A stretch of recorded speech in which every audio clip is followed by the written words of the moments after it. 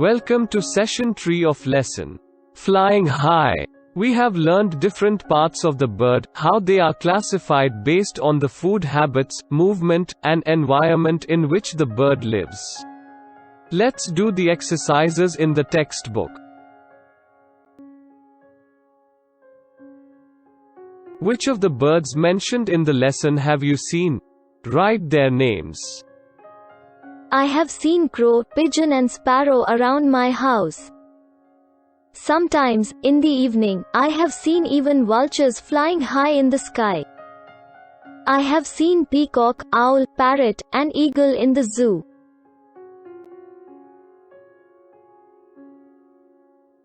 Now go outside and look for birds on trees, in water, on the ground, in and around bushes. How many birds could you see?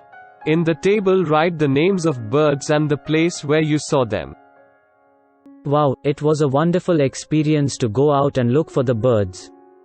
I never thought so many birds live around us. I saw a crow on the branches of a tree. Pigeon near balcony window in our house. Vulture flying high in the sky. Hen standing and walking on the ground. Duck in the nearby pond, in water. Sparrow on the tree near our house.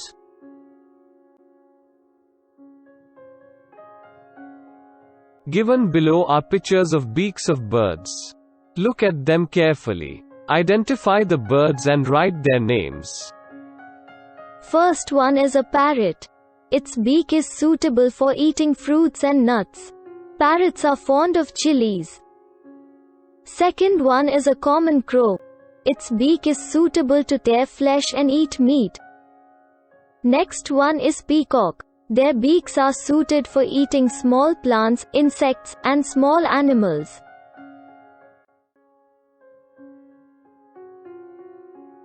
Then we have an eagle, whose beak is specialized to catch the prey and eat meat. Last one is a stork found in shallow water.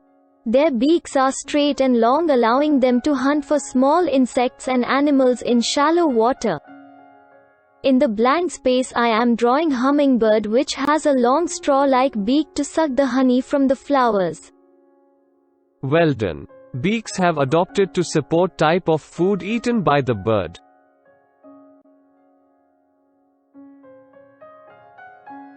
Match the birds with their food. First one is a vulture. It eats dead animals. I see dead bird on the right side. I am mapping vulture to the dead bird. Second one is an eagle, the meat eater. Even though mouse can run very fast, eagles have sharp eyes and large claws to catch mice. So, I am mapping eagle to mouse.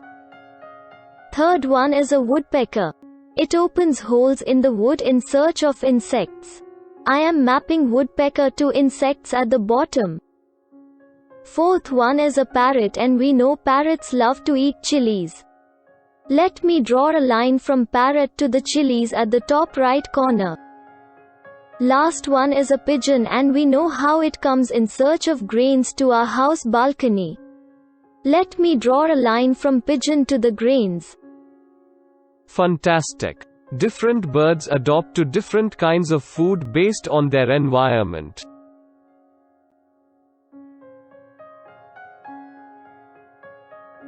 There are some birds which can imitate our voice. Do you know the name of any such bird? Draw its picture in your notebook, color it and write its name. Oh, yes. Parrots are known for imitating human voices. That's right.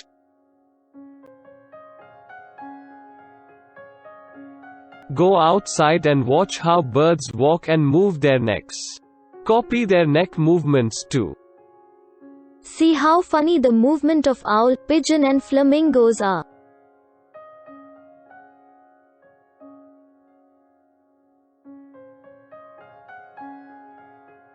Birds are known to adopt this kind of neck movement to steady their vision, just like the camera of a reporter.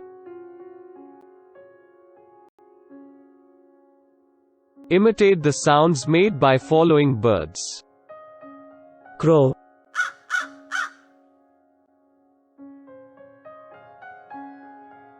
Pigeon.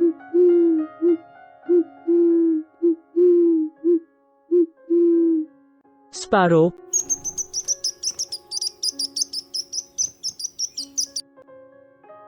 Myna.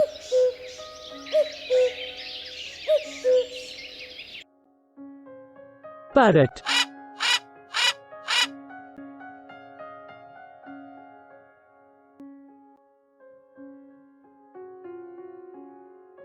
Collect feathers which you find lying around.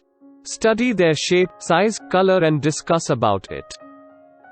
Feathers of birds come in various sizes, colors, and shapes. Peacock has one of the most beautiful large feathers. That's correct. As we gain familiarity, it is possible for us to identify birds just by looking at their feathers. Other than birds, which are the other animals that can fly? Bats and insects can also fly. Butterfly is a type of insect. Well done. If you could fly like a bird, where would you like to go? What else would you do? Birds every year go on a long migration journey. They travel from one country to the other in search of food and good weather. If I could fly like a bird, I love to visit several exciting places around the world. Yes, India is one of the most sought after destinations for birds staying in colder countries. There are designated bird sanctuaries in India. You must make it a point to visit the nearest bird sanctuary to study about migratory birds. With that, we have come to the end of session 3.